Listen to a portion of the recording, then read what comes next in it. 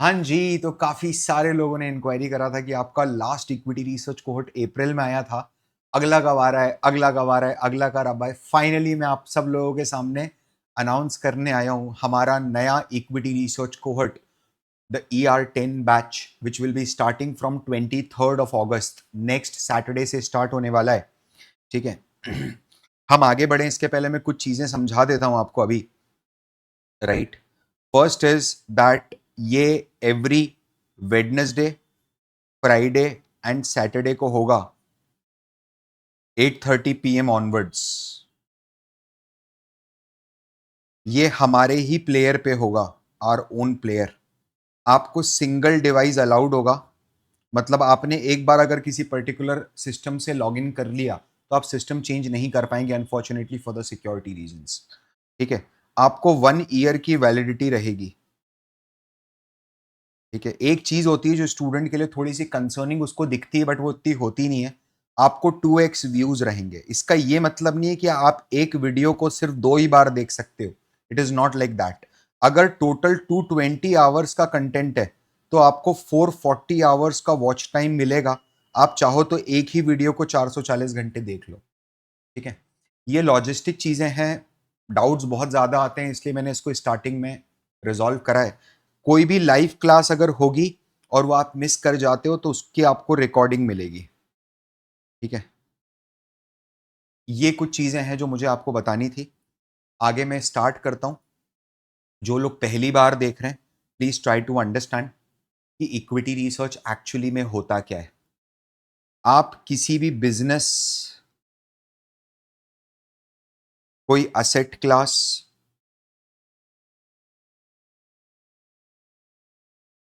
या economy, business हो गया कोई भी listed company, Reliance, Dabur, ITC. Asset class मतलब गोल्ड, सिल्वर, बिटकॉइन। कोई भी असेट क्लास हो गया, real estate. Economy, sector. Sector मतलब आप अलग अलग सेक्टर्स ले लो, IT sector, infrastructure, pharma sector. Economy, Indian economy, South Asian economy, global. इन तीनों चारों चीजों को पे इंफॉर्मेशन की गैदरिंग करना, गैदरिंग द इंफॉर्मेशन, इंटरप्रेट करना ईच पीस को, ईच पीस टुगेदर, अलग अलग इंफॉर्मेशन को कलेक्ट करना, उसको समझना, और साथ में क्यूमुलेटिवली क्यूमुलेटिवली एक मटेरियल आउटकम पर पहुंचना। अब ये जो आउटकम होता है इसी को आप रिकमेंडेशन बोलते हो। ये बाय हो सकता है, ये सेल हो सकता है, ये होल्ड हो सकता है। ये काम होता है end to end equity research analyst का, शुरुआत से लेकर के आखिरी तक।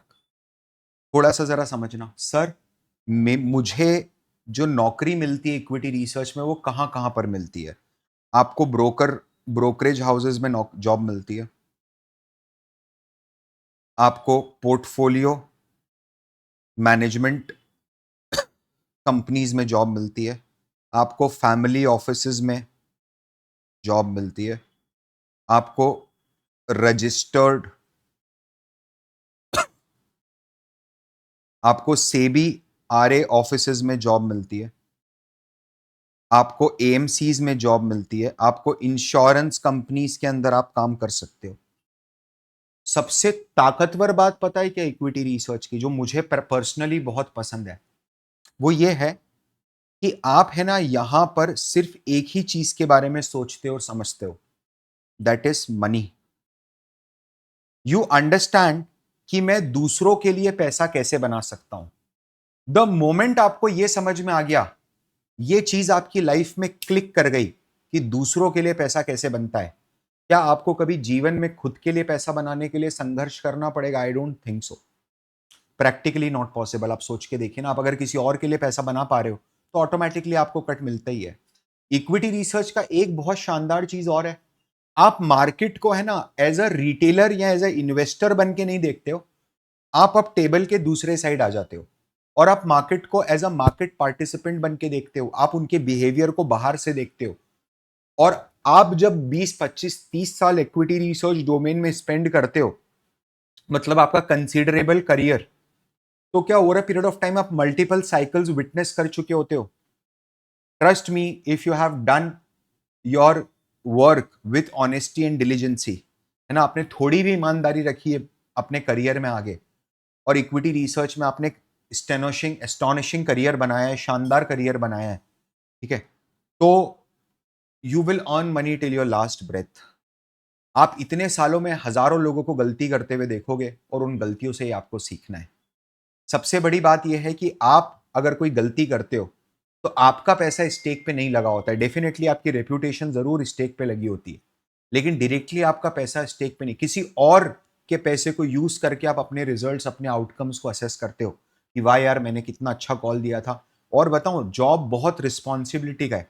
आप ये चीज सोचो ना यार, कि इक्विटी रिसर्च एनालिस्ट के एक बार बाय बोलने पर एक 40-45 साल का व्यक्ति अपने जीवन भर की कमाई किसी पर्टिकुलर सेट ऑफ स्टॉक्स में लगा रहा है।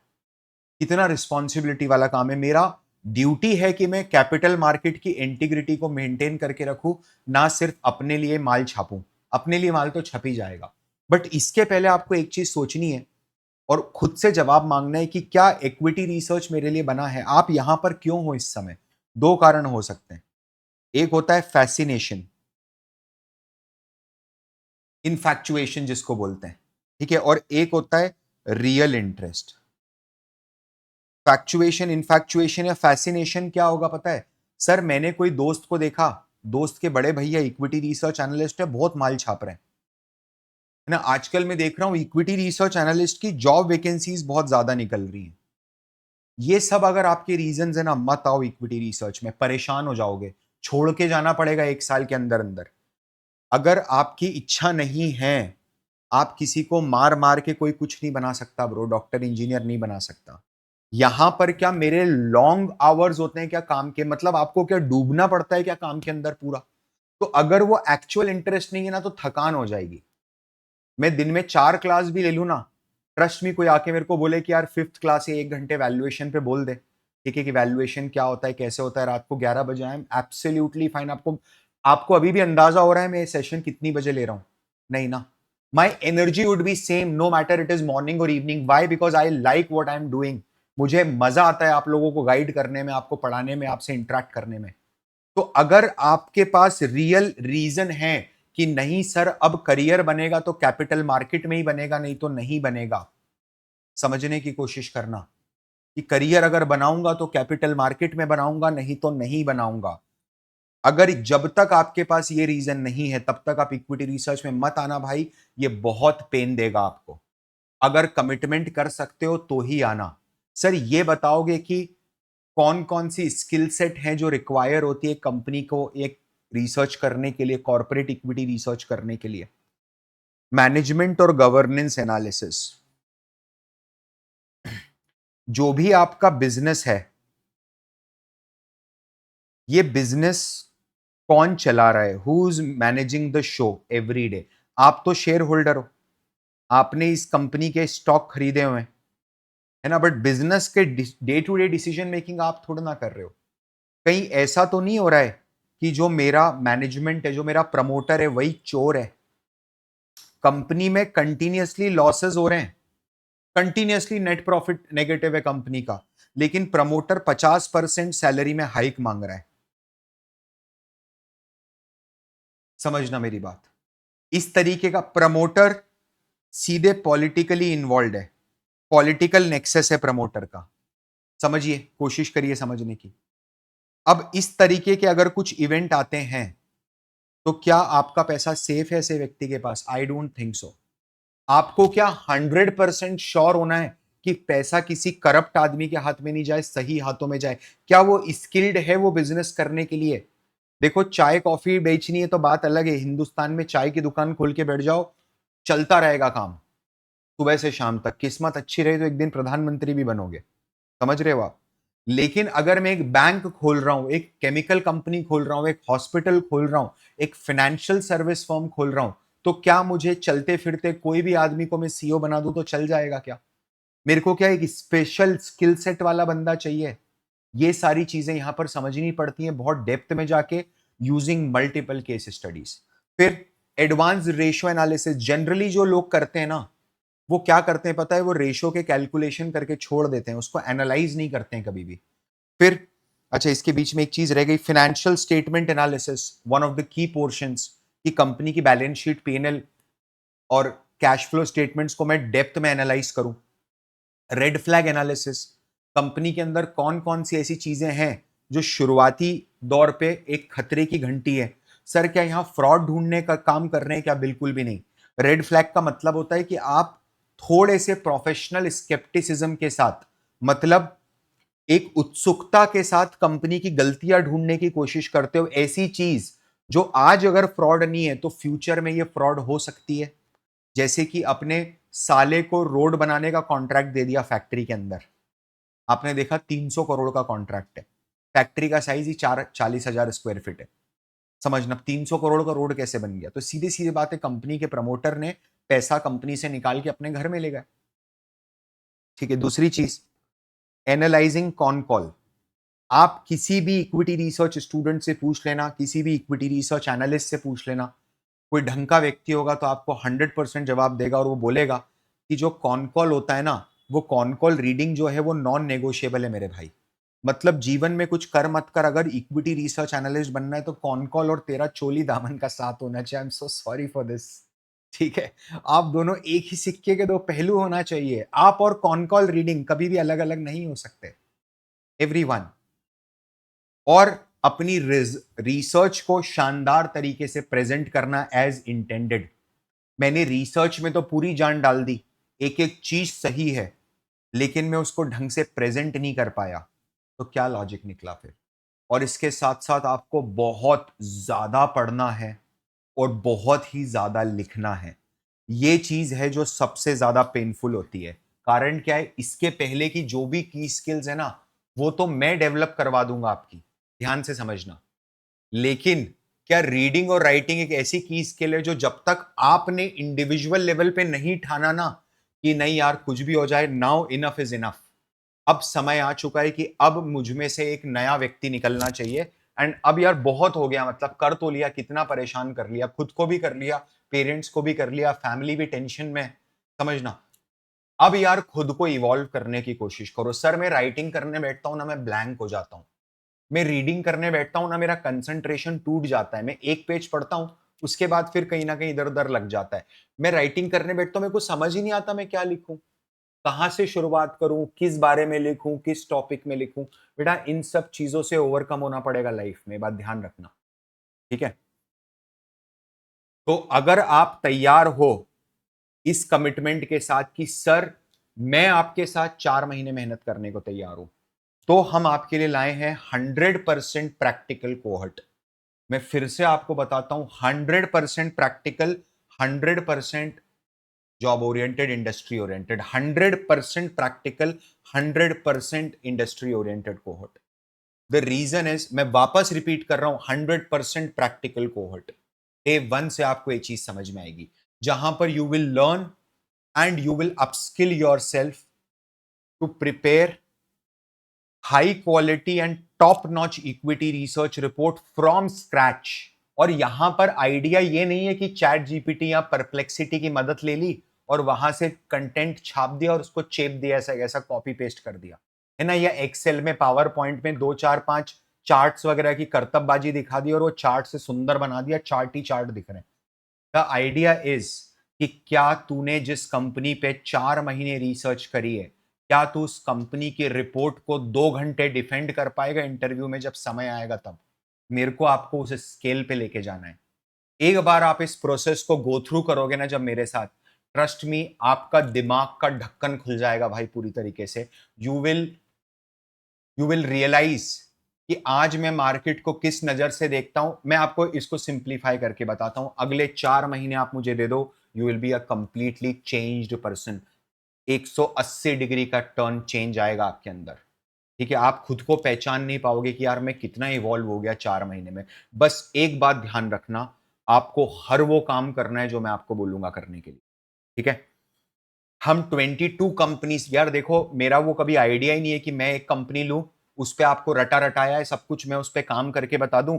आप भी सब उस पर चेपे जा रहे हो काम करना, है ना। That is never an idea for us, कभी भी ये आइडिया नहीं है। ठीक है, आगे देखना। मुझे बताओ, are you game for it? क्या आप इस चीज के लिए तैयार हो?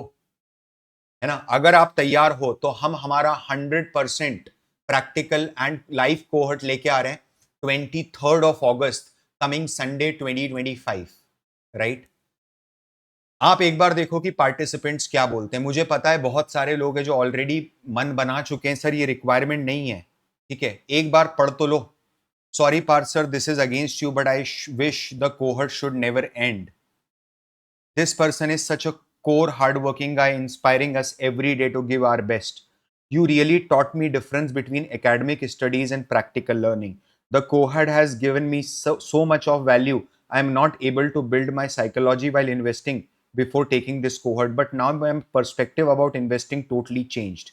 My purpose of joining this cohort was not stuck about learning any report writing or job. It was all about learning the fundamentals. मैं वही बोल रहा हूँ ना, 50% of the people don't come for a job. वो इसीलिए आते हैं कि सर चीजें समझ में आएंगी शानदार। ठीक है, and taking my personal investment, it is really worth it.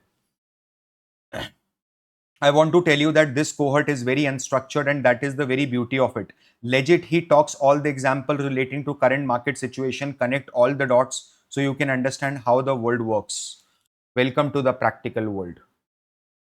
Thank you, Par. This cohort worth more than which I pay. I had joined this cohort 6 months back. I have learned so many things. This course is not just limited to formatting of report. ये देखिए recent है ये. For those who are wondering whether to take up this cohort or not, I would simply say you will miss a lot if you join. I am a student of ER8 batch. I can vouch for this one. After the cohort ends, you will feel that you have turned into a different person totally. Your thinking towards market, its working will get complete new perspective. The depth, the clarity, and the way of teaching by Parth sir is just bang on. If you're a person who like to get taught in a structured way, you should rethink, because it is complete causes unstructured, and I guess that's the best part of it. It helps you to prep to the situation where you actually have to be prepared. आपको ये समझना पड़ेगा। इस cohort में आपने देखा 2 बार दोनों अलग अलग कमेंट्स में अनस्ट्रक्चर्ड वर्ड का यूज हुआ है, and that is the biggest power of this cohort. समझना मेरी बात। जरूरी नहीं है कि आज मैं रेवेन्यू की बात जब कर रहा हूं, आज हम क्लास में रेवेन्यू एनालिसिस कर रहे हैं और कोई एक टॉपिक ऐसा बीच में आया जो, या कोई ऐसी इवेंट हो गया जिसके बारे में मेरे को आपको ज्ञान देना है, तो मैं दूंगा। तभी तो लाइव जा रहे हैं, नहीं तो मतलब क्या है, मैं भी रिकॉर्ड कर लूं, आप भी रिकॉर्डिंग देखो, मजे में काम चल रहा है। एक बार रिकॉर्डिंग करी, सालों साल वही चेप रहे हैं। समझ रहे हो? I am here live bro. I teach close to 300 days, सुबह शाम दोनों समय। समझ रहे? I am here, that is my unwavering commitment for all the students. मैं नहीं पढ़ूंगा, आप रोक के पढ़ लेना, आपको खुद पढ़ना है तो समझना, बट ये मेरी तरफ से कमिटमेंट है। सर थोड़ा डिटेल में समझाओगे? कॉर्पोरेट गवर्नेंस एनालिसिस बहुत ही ऑब्जेक्टिवली समझेंगे कि क्या क्या चीज है। देखो, अगर मैं आपको बोलता हूं कि चिंटू इन्फोटेक और टाटा कंसल्टेंसी सर्विसेज, दोनों में से ज्यादा बेहतर कॉर्पोरेट गवर्नेंस किसका है, यू विल डेफिनेटली से सर टाटा कंसल्टेंसी सर्विसेज का। कैसी बात कर रहे हैं? बट मैं आपको बोलता हूं कि टीसीएस और इन्फोसिस, दोनों में से कॉर्पोरेट गवर्नेंस बेहतर किसका है? Now you will get stuck, right? Because both are equivalent companies, similar business, similar scale, similar size, right? तो यहां पर मेरे को एक ऑब्जेक्टिवली बाहर निकलना है इस डिलेमा से। मैं बोलता हूं फाइनेंशियल स्टेटमेंट एनालिसिस आत्मा होती है, कोर होता है मेरा। 40, 50, 60% पोर्शन यहीं पर फोकस्ड होता है। Multiple examples, hundreds of case studies, hundreds of events, समझना, सब चीजें डिस्कस होंगी। एक्सेल एनालिसिस शीट दूंगा आपको, रेड फ्लैग चेकलिस्ट दूंगा। ठीक है, एडवांस रेशियो एनालिसिस, जैसे मैंने बोला, सिर्फ कैलकुलेशन नहीं, उसके पीछे का इंटरप्रिटेशन समझो। कम हो रहा है, ज्यादा हो रहा है, क्या मतलब है, क्यों कम हो रहा है कोई रेशो ज्यादा कैसे हो रहा है। ठीक है, मॉड्यूल 4 रेड फ्लैग एनालिसिस, समझना। Module 5 tools to perform research. Red flag analysis मैंने समझाया, हमारे इसमें 13 सब मॉड्यूल्स हैं भाई। आपको अगर ये छोटा लग रहा है ना, कि ये 2, 4, 5 घंटे का, ऐसा नहीं है। इसके अंदर मेरी 20 से 25 प्लस क्लासेस हैं। ये कोहर्ट जब हमने शुरू किया था ना इनिशियली, तो we have started it as a 40 hour cohort. 40 वाला 75 हुआ, 75 वाला 135 हुआ, 135 वाला 175 हुआ, लेटेस्ट जो गया है वो 200 घंटे प्लस गया है, बढ़ता जा रहा है कंटेंट। समझ रहे हो? Please understand. Red flag analysis में हमने 19 एरियाज कवर करें बिजनेसेस के, जहां पर फ्रॉड या फ्रॉडुलेंट एक्टिविटीज या रेड फ्लैग्स आपको दिख सकते हैं, जो आपको रोकेंगे धंधे में निवेश निवेश करने के लिए। ठीक है। फिर सर, अगर मुझे प्लेग्राउंड में उतरना है वॉर लड़ने के लिए, तो it is very important for मी कि मेरे पास हथियार बहुत सही हो और उनकी धार भी एकदम तेज हो। तो आपको सारे टूल्स में समझाऊंगा जो जो हम यूज करते हैं रिसर्च में, उनका इफेक्टिव यूसेज कैसे होता है। Module 6, I'll make you understand how to read annual report. It is not a document which is meant to read from the first page to the last page. समझना, con calls, presentation, quarterly result analysis, we'll understand in this particular module, right? Then in module 7 we'll understand how the economy works, है ना, उसके tits and bits. क्या मुझे macro economist जैसी economy समझनी है क्या? बिल्कुल भी नहीं। मेरे को ऐसा नहीं समझना है कि एकदम मैक्रो इकोनॉमिक्स लेवल का समझ रहा हूं मैं, लेकिन क्या मुझे इतना समझना है इकोनॉमी को कि मैं इस समय इकोनॉमी में क्या चल रहा है उसको समझ पाऊं? समझना आप मेरी बात? क्लियर है? सेक्टर 8, आपका मॉड्यूल 8, सेक्टर एनालिसिस। सेक्टर 8 बोल दिया मैंने, सेक्टर एनालिसिस। सर आप कहीं सेक्टर 8 में तो नहीं रहते हो? हमारा इंदौर सेक्टर्स में नहीं बना है ब्रो। ठीक है, हमारा इंदौर चौक और मोहल्लों और चौरायों में बना है। ठीक है, कौन से चौराहे पे रहते हो वो बताओ आप। ठीक है, चलो एनीवेज, ड्यू पॉइंट एनालिसिस करेंगे, मोट एनालिसिस समझेंगे। ठीक है सर, अनाउंसमेंट वीडियो में कौन ऐसे वीडियो रोक के हंसी ठिठोली करता है यार? करते हैं। फिर एक बहुत इंपॉर्टेंट चीज, मेरे है ना 9 सेशंस हैं इसमें, 9 सेशंस इस पर्टिकुलर मॉड्यूल में ऑन वैल्यूएशन इक्विटी रिसर्च। ये मेरा आपसे, इसको स्क्रीनशॉट लेके रख लो आपको चाहिए तो। मैं 100% नहीं बोलता कभी भी, कारण क्या है ना, ज्यादा बड़े बोल नहीं बोलना, है ना। 100% जॉब गारंटी, ये वो सब नहीं। क्या सर प्लेसमेंट मिलेगा? बिल्कुल भी नहीं, आने ही मत। प्लेसमेंट चाहिए तो बहुत लोग हैं दलाल, we are not for that. आपको कोर नॉलेज चाहिए, आप आओ, आप अपने दम आप में गूदा है, दम है तो आप खुद जाओ, मैं आपको गाइड करूंगा कि प्लेसमेंट के लिए क्या करना है क्या नहीं करना है, पूरी गाइडेंस मेरी रहेगी। लेकिन ताकत तेरे को लगानी है भाई। मैं आपको लग रहा है कि हम ये बंदे बिठा के रखे हैं, वो पूरी जान लगाएंगे आपको प्लेस, वो सब स्कीम हम नहीं चलाते हैं। मैं सिंपल सी बात है भाई, ठीक है। It's a school with pure heart, ठीक है, प्योर हार्टेड इंटेंशन के साथ काम करते हैं। इन सब चरों में 100% प्लेसमेंट, 100% जॉब असिस्टेंस, कुछ भी चीज 100% नहीं है। आपको बकवास बेवकूफ बना के रखा है। Module 9 valuation of equity research, screenshot ले लो। पर्सनल कमिटमेंट है मेरा, और ले लो आप स्क्रीनशॉट, कोई दिक्कत नहीं, I am so confident about it. Personal commitment है मेरा, बाय द टाइम आप ये मॉड्यूल कंप्लीट करोगे, आप कोई भी कंपनी वैल्यू कर लोगे। डेप्थ कितनी है वो बात अलग है, ठीक है, बट इक्विटी रिसर्च पर्सपेक्टिव से जितना वैल्यूएशन रिक्वायर्ड है वो आप पूरा कर लोगे बिना डरे। आपका जो वैल्यूएशन का डर है ना, वो खत्म हो जाएगा। एंड अगर आप कंफ्यूज्ड हो कि आपको एवीएफएम या इक्विटी रिसर्च दोनों में से कौन सा प्रोग्राम पहले करना चाहिए, तो मैं आपको बताता हूं, पहले आपको इक्विटी रिसर्च करना चाहिए। कारण क्या है, यहां पर ना सिर्फ आपका रिसर्च बहुत मजबूत होगा, बल्कि आपको यह मौका मिलेगा समझने का कि वैल्यूएशन ऊपर ऊपर से कैसा दिखता है। लेकिन वो ऊपर ऊपर से भी ऐसा दिखा है कि आप ग्राउंड पे काम कर लोगे। डेफिनेटली आप इस 9 सेशन के मॉड्यूल को हमारे 220 230 घंटे के AVFM, advanced valuation and financial modelling programme से कंपेयर नहीं कर सकते। डेप्थ दोनों का अलग है, बट आपका काम बहुत आराम से हो जाएगा। इंडस्ट्री में कोई बोलेगा नहीं आपको कि आपने ये क्यों नहीं करा और वो क्यों नहीं करा। मेरा ऑब्जेक्टिव ही आपको इंडस्ट्री रेडी बनाना है ब्रो, ये बात ध्यान रखना, ठीक है। और कोई ऑब्जेक्टिव नहीं, एक कदम आगे आपके करियर गोल की तरफ, ठीक है। Charting and formatting skill, personal guarantee है, टॉप नॉच फॉर्मेटिंग होगी। अरे एक्सेल पे, यूट्यूब पे इतना सिखा रखा है भाई, आप जाके देखो ना, कितनी सारी प्लेलिस्ट्स हैं, ठीक है। रिपोर्ट राइटिंग सर, सर इसमें क्या मैं कॉपी पेस्ट करूंगा? बिल्कुल भी नहीं। आप हर चीज अपने आप खुद से बना के लिखोगे, ट्रस्ट मी, मुझ पे विश्वास रखो। बस आपको करना वो है जो मैं बोल रहा हूं, जो मेरे मुंह से निकल गया वो आपको करना पड़ेगा।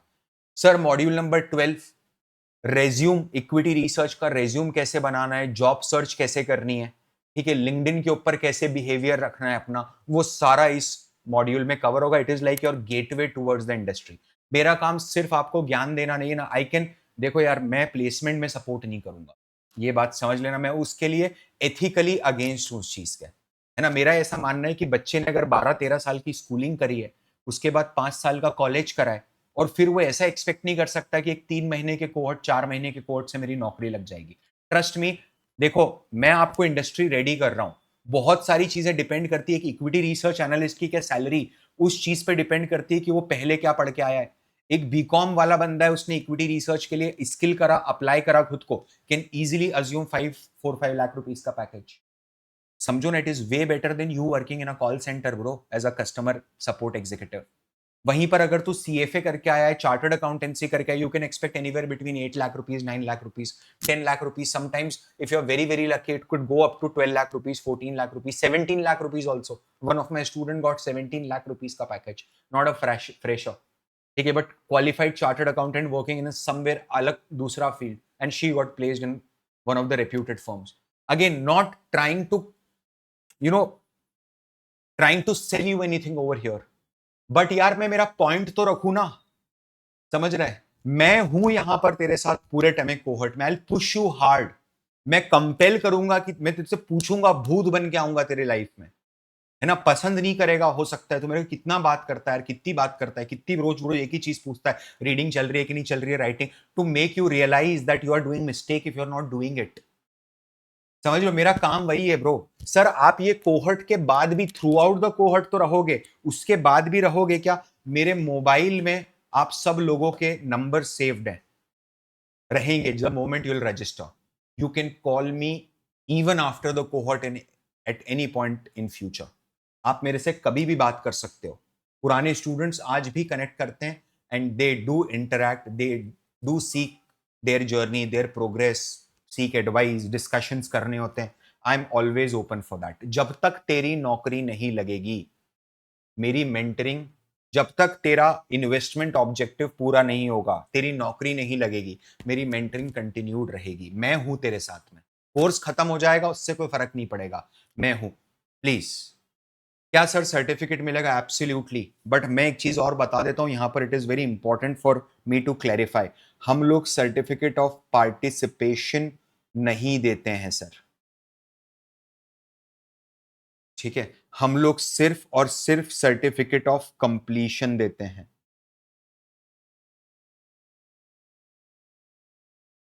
मेरी बात समझ में आ रही है?